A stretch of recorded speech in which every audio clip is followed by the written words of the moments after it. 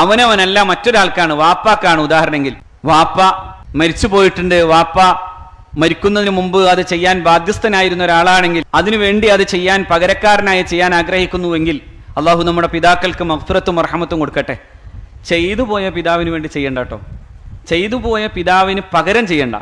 ചെയ്തു പോയ പിതാവിന് കൂലി കിട്ടാൻ വേണ്ടി നമ്മളൊരു അമല് ചെയ്തിട്ട് അള്ളാഹുവേ ഈ അമലിന്റെ പ്രതിഫലം എൻ്റെ വാപ്പാടെ ഖബറിലേക്ക് എത്തിക്കണേ എന്ന് പറയാൻ വേണ്ടി ഉംറ ചെയ്യാം. ചെയ്ത വാപ്പ, ഹജ്ജ് ചെയ്ത വാപ്പ, ഉംറ ചെയ്ത വാപ്പ, ഉംറ ചെയ്ത വാപ്പാക്കും ഉമ്മാക്കോ ആർക്കും വേണ്ടി ഒരു പകരം ഉംറ വേണ്ട. പ്രത്യേകം ശ്രദ്ധിക്കാൻ വേണ്ടി പറയണം. അവിടെ പകരല്ല, അവിടെ നമ്മൾക്കൊരു ഉംറയൊക്കെ ചെയ്തിട്ട് ഈ ഉംറയുടെ പ്രതിഫലം എൻ്റെ വാപ്പാടെ ഖബറിലേക്ക് എത്തിക്കണേ ദ്വാർക്കാം. കുറെ ഉംറയൊക്കെ ചെയ്യേണ്ടതാണ്. അതുകൊണ്ട് ആ ഉംറകളൊക്കെ ചെയ്യുമ്പോൾ ആ ഉംറയുടെ പ്രതിഫലം അവർക്ക് കിട്ടണമെന്ന് ദുആ ചെയ്യാം. പക്ഷേ അവർ ചെയ്തതാണെങ്കിൽ അവർക്ക് പകരമില്ല. അതുകൊണ്ടാണ് ഞാൻ പറഞ്ഞത്, ചെയ്യാതെ പോയവരാണെങ്കിൽ അവർക്കാണ് പകരം. അപ്പോൾ അങ്ങനെ പകരാണെങ്കിൽ അൻ അബി, അൻ ഉമ്മി, അൻ സൗജി, അൻ സൗജത്തി എന്നൊക്കെ പറയാം.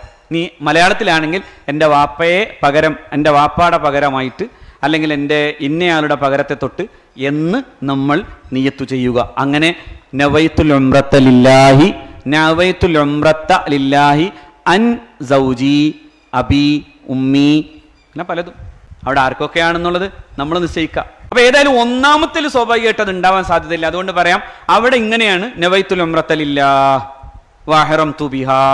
എന്നിട്ട് നമ്മൾ ഇഹ്റാമിലേക്ക് പ്രവേശിച്ചു.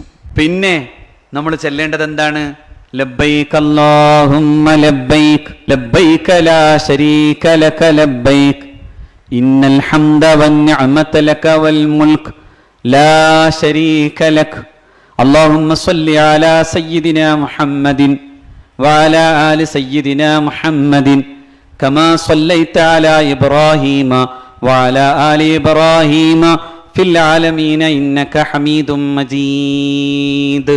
ലബ്ബൈക അല്ലാഹുമ്മ ലബ്ബൈക. ഒരു രാജാവിന്റെ മുമ്പിൽ ഒരു അടിമ ഉത്തരം നൽകുന്നത് പോലെ വരണമെന്ന് പറഞ്ഞാൽ ഒരു കൽപ്പനക്ക് ഞാനിതാ 2 വട്ടം ഉത്തരം നൽകിയിരിക്കുന്നു തമ്പുരാനെ. നിന്റെ വിളിയാളം കേട്ടിരിക്കുന്നു തമ്പുരാനെ. 4000 കൊല്ലം മുമ്പ് അബൂ ഖുബൈസ് പർവ്വതത്തിന്റെ മുകളിൽ കയറി നിന്ന് ഇബ്രാഹിം ഈ ഊഷരമായ വിജനമായ മരുക്കാടിനെ നോക്കി വിളിച്ചു പറയണം, വാദ്യം ഫിന്നാസി ബിൽ ഹജ്ജ് യഅതൂക റിജാലൻ വഅലാ കുല്ലി ളാമിരിൻ യഅതീന മിൻ കുല്ലി ഫജ്ജിൻ അമീഖ്. ഏ ഇബ്രാഹിം, വഅദ്ദിം ഫിന്നാസി ബിൽ ഹജ്ജ്, ഹജ്ജ് കൊണ്ട് ജനങ്ങളെ മുഴുവനും വിളിച്ചോളൂ. ആരോടാ പറയുന്നത്? സയ്യിദുനാ ഇബ്രാഹിം. എപ്പോഴാണ്? ആ ഊഷരമായ മരുക്കാട്, മറ്റൊന്നുമില്ലാത്ത വിജനമായ ദേശം. ആ ദേശത്ത് നോക്കിയിട്ടാണ് ഇബ്രാഹിം നബി അലൈഹി ഇസ്ലാമിനോട് അള്ളാഹു ആവശ്യപ്പെടുന്നത്, ഹജ്ജിന് വിളിക്കണം. കഅബ പണിതു കഴിഞ്ഞു. റബ്ബനാ തഖബ്ബൽ മിന്നാ ഇന്നക അൻതസ് സമീഉൽ അലീം. പടച്ചവനെ നീ സ്വീകരിക്കണേ. എൻ്റെ മോനും ഞാനും കൂടി ഇവിടെ നടത്തിയ ഈ മനോഹരമായ ഈ കഅബത്തുൽ ശരീഫയുടെ നിർമ്മാണം നീ സ്വീകരിക്കണേ എന്ന് ദുആ ചെയ്ത് പരിശുദ്ധ കഅബയുടെ പുനർനിർമ്മാണാനന്തരം അള്ളാഹുവിന്റെ പ്രത്യേക കൽപ്പന വന്നു, വഅദ്ദിൻ ഫിന്നാസി ബിൽ ഹജ്ജ്, ഹജ്ജിലേക്ക് പ്രത്യേകം ആളുകളെ വിളിക്കണേ. അപ്പോഴാണ് ചോദ്യം, അള്ളാഹുവേ ഇവിടെ നിന്ന് ആര് വിളി കേൾക്കാൻ, ആരു കേൾക്കാൻ? അപ്പോഴാണ് ഖുർആൻ പറയുന്നു, സയ്യിദുനാ ഇബ്രാഹിം അലൈഹിസ്സലാമിനോട് അള്ളാഹു പറയുകയാണ്, യഅതൂക റിജാലൻ, വിളിച്ചോ ആളുകൾ വരും. യഅതൂക റിജാലൻ, ആളുകൾ നിന്റെ അടുക്കലേക്ക് വരും. സുബ്ഹാനല്ലാഹ്. എന്താ ഇപ്പോ ഇബ്രാഹിം നബിയുടെ അടുത്തേക്കാണ് നമ്മൾ പോണത്? ആണ്. ഇബ്രാഹിം എന്ന ഓർമ്മയിലേക്കാണ്, ഹാജറ എന്ന ഓർമ്മയിലേക്കാണ്, ഇസ്മായിൽ എന്ന ഓർമ്മയിലേക്കാണ്. ആ പരിശുദ്ധമായ മുറ്റത്ത് കാലു ചവിട്ടിയ ആദ്യ പിതാവ് സയ്യിദുനാ ആദം അലൈഹിസ്സലാം മുതൽ മുഹമ്മദ് മുസ്തഫ വരെ സല്ലല്ലാഹു അലൈഹി വസല്ലം ആ മഹാരഥന്മാരായ പ്രവാചകന്മാരുടെ വിശുദ്ധ ഓർമ്മയിലേക്ക് യാത്ര ചെയ്യുകയാണ്. മുഅ്മിനീങ്ങളെ, അതുതന്നെയാണ് ദീൻ, അതുതന്നെയാണ് ഹജ്ജ്, അതുതന്നെയാണ് ദീൻ.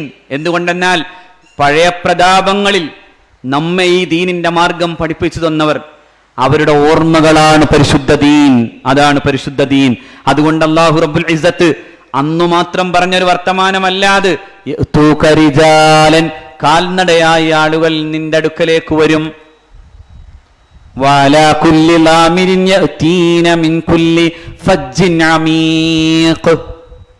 ഏതൊക്കെ വിദേശങ്ങളിലെ ഏതൊക്കെ ദേശങ്ങളിൽ നിന്ന് ഏതൊക്കെ രാജ്യങ്ങളുടെ അകലങ്ങളിൽ നിന്ന് അമീഖ് ആഴമുള്ള ഭാഗങ്ങളിൽ നിന്ന് പോലും ആളുകൾ നിന്റെ അടുക്കലേക്ക് വരും. വഅലാ കുല്ലി ളാമിരിൻ യഅതീൻ. ഒട്ടകങ്ങൾ എന്നാണ് അതിനർത്ഥം കൊടുക്കുക. പക്ഷെ ഒട്ടകമൊന്നുമല്ല, ഫ്ലൈറ്റും ലോകത്ത് എന്തൊക്കെ വാഹനമുണ്ടോ, ഹജ്ജ് ചെയ്യാൻ വേണ്ടി ആളുകൾ ഏതൊക്കെ വാഹനങ്ങളിൽ വരുന്നുണ്ടോ എല്ലാം കൂട്ടിയിട്ട് പറയാം. ആ വാഹനങ്ങളിൽ ആളുകളെല്ലാവരും നിന്റെ അടുക്കലേക്ക് വരും. അങ്ങനെ വരുമ്പോ അവിടെ നിന്നെ കാണാൻ എന്ന് പറഞ്ഞാൽ നിന്റെ വിളിയാളം കേൾക്കാൻ, നിന്റെ ആഹ്വാനം കേട്ടുകൊണ്ട് ഇബ്രാഹിം, സയ്യിദുനാ ഇബ്രാഹിം അലൈഹിസ്സലാം, സയ്യിദുനാ ഇബ്രാഹിം നബി അലൈഹിസ്സലാമിന്റെ വിളിയാളം കേട്ടുകൊണ്ട് വരുമ്പോ ഓരോ ഹാജിയും ഇങ്ങനെ, ഓരോ മുഅ്തമിറും ഓരോ ആമിറും അവരിങ്ങനെ തന്നെയാണ് പറഞ്ഞുകൊണ്ടേയിരിക്കേണ്ടത്. ലബ്ബൈക് അല്ലാഹുമ്മ ലബ്ബൈക്.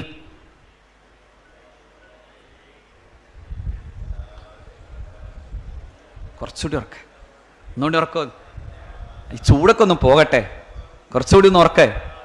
ലബ്ബൈക് അല്ലാഹുമ്മ ലബ്ബൈക് ലബ്ബൈക ലാ ശരീക ലക ലബ്ബൈക് ഇന്നൽ ഹംദ വന്നിഅമത ലക വൽ മുൽക് ലാ ശരീക ലക.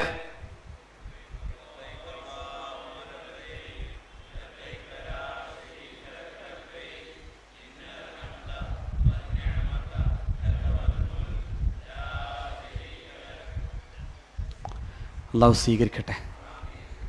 നമ്മൾ ഇഹ്റാമിലാണ്, ഇഹ്റാമിലെ തൽബിയത്തിലാണ്. ഇതിനേക്കാളും വേറെ ഒരു ദിക്റും ഇഹ്റാമിലില്ല കേട്ടോ. മുഴുവൻ സമയവും ആ ദിക്റാണ്. ലബ്ബൈക് അല്ലാഹുമ്മ ലബ്ബൈക്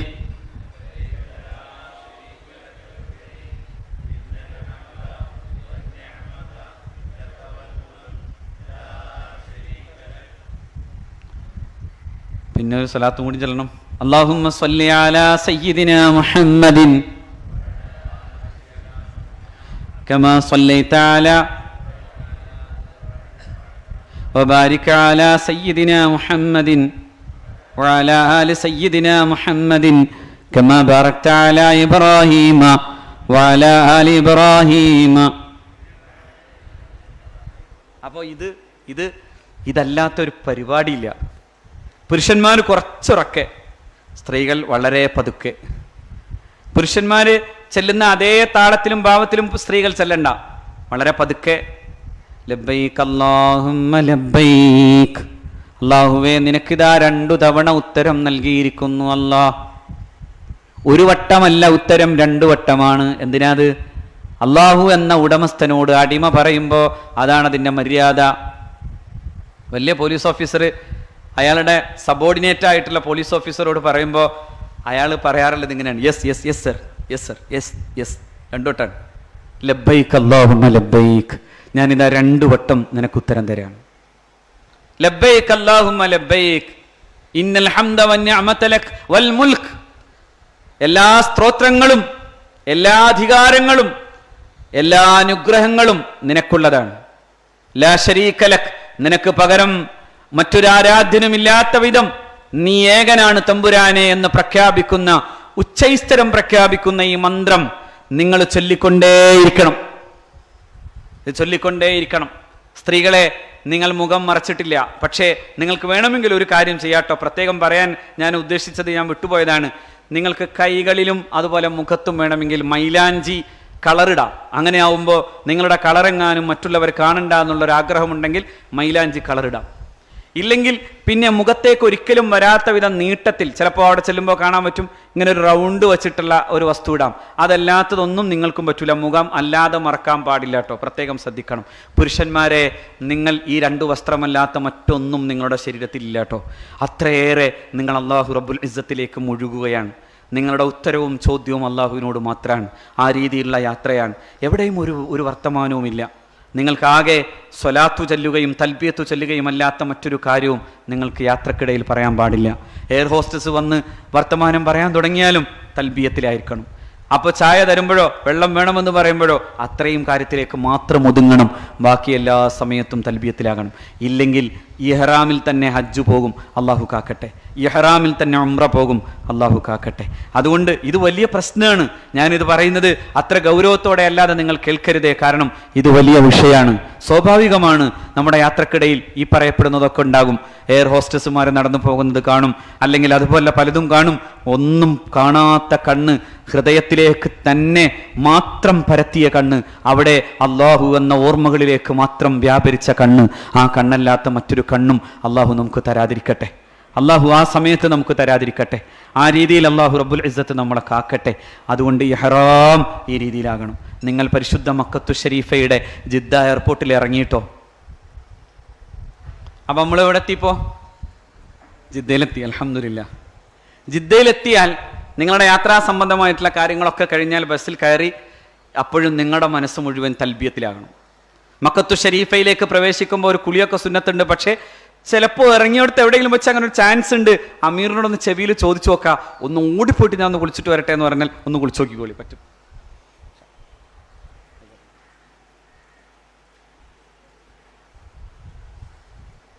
അത് ചെയ്യാം. പക്ഷേ അതിന് സമയമില്ലെങ്കിൽ നിങ്ങൾ ആരെയും ബുദ്ധിമുട്ടിക്കരുത്. ഞാനിത് പറഞ്ഞു തരുന്നത് കൊണ്ട് അതൊരു ബുദ്ധിമുട്ടാവരുത്.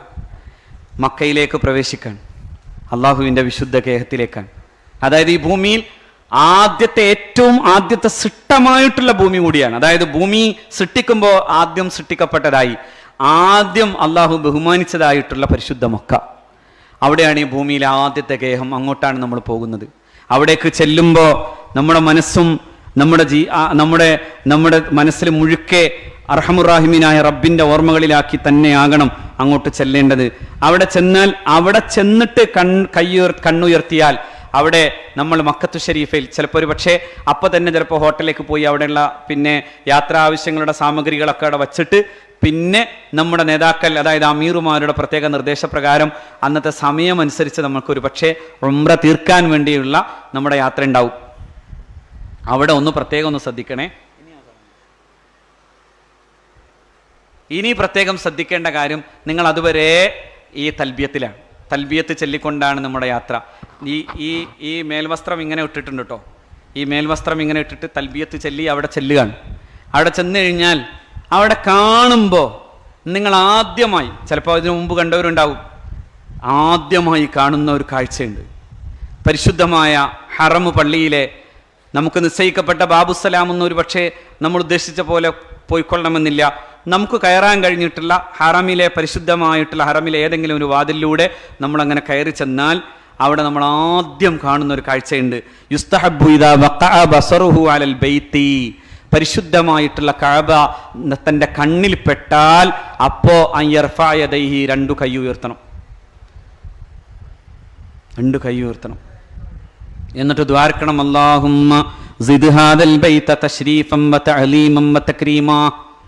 പഠിച്ചവനെ, ഈ പരിശുദ്ധമായിട്ടുള്ള ഈ ഭവനത്തിന് എല്ലാ ബഹുമാനവും എല്ലാ ആദരവും എല്ലാം നീ നൽകണേ തമ്പുരാനെ. വ മഹാബത്തൻ, എല്ലാ ഗാംഭീര്യവും നൽകണേ. വ സിദ്നി ശറഫത്തൻ, അല്ലാഹുവേ പിന്നെ വസിദു മൻ ശറഫഹു വ അല്ലമഹു, ഇതിനെ ബഹുമാനിച്ചവർക്കും നീ ആ തരത്തിൽ എല്ലാ ബഹുമാനവും നീ നൽകണേ അല്ലാഹ്. അത് ഹജ്ജു ചെയ്യുന്നവരും ഉംറ ചെയ്യുന്നവരുമായിട്ടുള്ള ആളുകൾക്ക് ആ ബഹുമാനം നൽകണേ എന്ന് ദുആ ചെയ്യണം. അല്ലാഹുമ്മ അന്തസ്സലാം വ മിൻകസ്സലാം ഫഹയ്യിനാ റബ്ബനാ ബിസ്സലാം എന്ന് ദ്വാർക്കണം എന്നാണ്. അങ്ങനെ ദ്വാരക്കാൻ എല്ലാം ഓർത്തില്ലെങ്കിൽ ഇത്രയെങ്കിലും പഠിച്ചു വെക്കുക. അല്ലാഹുമ്മ അന്തസ്സലാം വ മിൻകസ്സലാം ഫഹയ്യിനാ റബ്ബനാ ബിസ്സലാം. അല്ലാഹുവേ, നീയാണ് സമാധാനം, നിന്നിൽ നിന്നാണ് സമാധാനം. ഫഹയ്യിനാ റബ്ബനാ ബിസ്സലാം, നാളെ പാരത്രിക ലോകത്തും അല്ലാഹുവേ സലാം കൊണ്ട് പ്രത്യേകം എന്നെ അഭിവാദ്യം ചെയ്യണേ അല്ലാഹ് എന്ന് ദ്വാർക്കണം. എന്നിട്ട് നിങ്ങൾക്ക് ഈ ദുനിയാവും ആഖിറവുമായി ബന്ധപ്പെട്ട് സദുദ്ദേശപരവും ഹലാലുമായിട്ടുള്ള എന്തൊക്കെ കാര്യങ്ങളുണ്ടോ അതെല്ലാം ആ കഅബ കാണുന്ന മാത്രയിൽ ദുആ ചെയ്യണം. ചെയ്താൽ അല്ലാഹു സ്വീകരിക്കുമെന്ന് മുഹമ്മദ് മുസ്തഫ സ്വല്ലല്ലാഹു അലൈഹി വസല്ലം പഠിപ്പിക്കുന്നു. ദുആ ചെയ്യണം. ഞങ്ങളൊക്കെ ഓർക്കണം, സമുദായത്തെ ഓർക്കണം. ഇവിടെ വന്നിരിക്കുമ്പോൾ ഈ പാവപ്പെട്ട ഈ സ്ഥാപനത്തെ ഓർക്കണം. ഈ മുത്തഅല്ലിമീങ്ങൾ ഓർക്കണം. ഞാൻ പ്രത്യേകം വസിയത്ത് ചെയ്യാണ്. ഇവിടെയുള്ള മുത്തഅല്ലിമീങ്ങൾ, ദീൻ പഠിക്കാൻ വന്നവർ, അള്ളാഹുവിൻ്റെ ദീൻ അനുസൃതമായി പഠിക്കുകയും വളരുകയും ചെയ്ത് നല്ല ഇൽമിൻ്റെ അഹ്ലുകാരായി നാളെ ഈ സമുദായത്തിന് ഉപകാരപ്പെടുന്നവരായി മാറാൻ പ്രത്യേകം ഞാൻ നിങ്ങളോട് വസിയത്ത് ചെയ്യാണ്. കഅബ കാണുന്ന നേരത്ത് ദുആ ചെയ്യണം. കാരണം ഇനി അങ്ങോട്ടുള്ള ഓരോ യാത്രയിലും ഓരോ സമയങ്ങളിലും നിങ്ങളെ സംബന്ധിച്ചിടത്തോളം ദുആക്ക് ഇജാബത്ത് കിട്ടുന്ന സമയങ്ങളിലേക്കുള്ള യാത്രയാണ്. പക്ഷേ നിങ്ങൾ മത്താഫിലേക്ക് ഇറങ്ങിയിട്ടില്ല കേട്ടോ. മസ്ജിദുൽ ഹറമിൻ്റെ പരിശുദ്ധമായ മസ്ജിദുൽ ഹറമിലേക്കാണ് നിങ്ങൾ എത്തിയിട്ടുള്ളത്. ആ ഹറമിൻ്റെ ഉള്ളിൽ ചെന്ന് നിന്ന് നിങ്ങൾ കഅബ കാണുമ്പോഴാണ് അല്ലാഹുമ്മ അന്തസ്സലാം വമിൻകസ്സലാം ഫഹയ്യിനാ റബ്ബനാ ബിസ്സലാം. ഏറ്റവും നല്ലൊരു ദുആയും കൂടി പഠിച്ചോളൂ. എപ്പോഴും നിങ്ങളുടെ മനസ്സിലുള്ള ദുആ തന്നെ ഞാൻ പറഞ്ഞുതരാം. റബ്ബനാ ആതിനാ ഫിദ്ദുനിയാ ഹസന വഫിൽ ആഖിറതി ഹസനതൻ വഖിനാ അദാബന്നാർ. ഈ ദുആ സമഗ്രമായ ദുആ ആണ് എന്ന് മഹാനായ ഇമാമുന ശാഫിഈ റളിയല്ലാഹു അൻഹു മഹാനവറുകൾ പറയുന്നു. ഈ ദുആയാണ് ഹജ്ജുമായി ബന്ധപ്പെട്ട് ഏറ്റവും കൂടുതൽ നിങ്ങൾ മനഃപ്പാടമാക്കി അങ്ങനെ പഠിക്കാൻ വേണ്ടി കഷ്ടപ്പെട്ടിട്ട് പഠിക്കാതെ പോയ എല്ലാ ദുആയും മാറ്റിവെച്ചാലും ഈ ദുആ നിങ്ങളുടെ മനസ്സിലുണ്ടാകട്ടെ. റബ്ബനാ ആതിനാ ഫിദ്ദുനിയാ ഹസന വഫിൽ ആഖിറതി ഹസനതൻ വഖിനാ അദാബന്നാർ. പോരുമ്പോഴും ദ്വാരക്കാൻ അല്ലാഹു റബ്ബുൽ ഇസ്സത്ത് പറഞ്ഞതും അത് തന്നെയാണ്. അവമിനൻ നാസി മൻ യഖൂലു റബ്ബനാ ആതിനാ ഫിദ്ദുനിയാ ഹസന വഫിൽ ആഖിറതി ഹസന. രണ്ട് വിഭാഗം ആളുകൾ ഈ പോരുന്ന സമയം, അതായത് ഹജ്ജൊക്കെ കഴിഞ്ഞിട്ട് പിന്നെ പോരുമ്പോൾ രണ്ട് വിഭാഗം ആളുകളെ കുറിച്ച് വിശുദ്ധ ഖുർആൻ പറഞ്ഞിട്ടുണ്ട്. രണ്ട് വിഭാഗത്തിലെ അല്ലാഹു റബ്ബുൽ ഇസ്സത്ത് ഇഷ്ടപ്പെട്ടവരുടെ കൂട്ടത്തിൽ അല്ലാഹു ഉൾപ്പെടുത്തട്ടെ.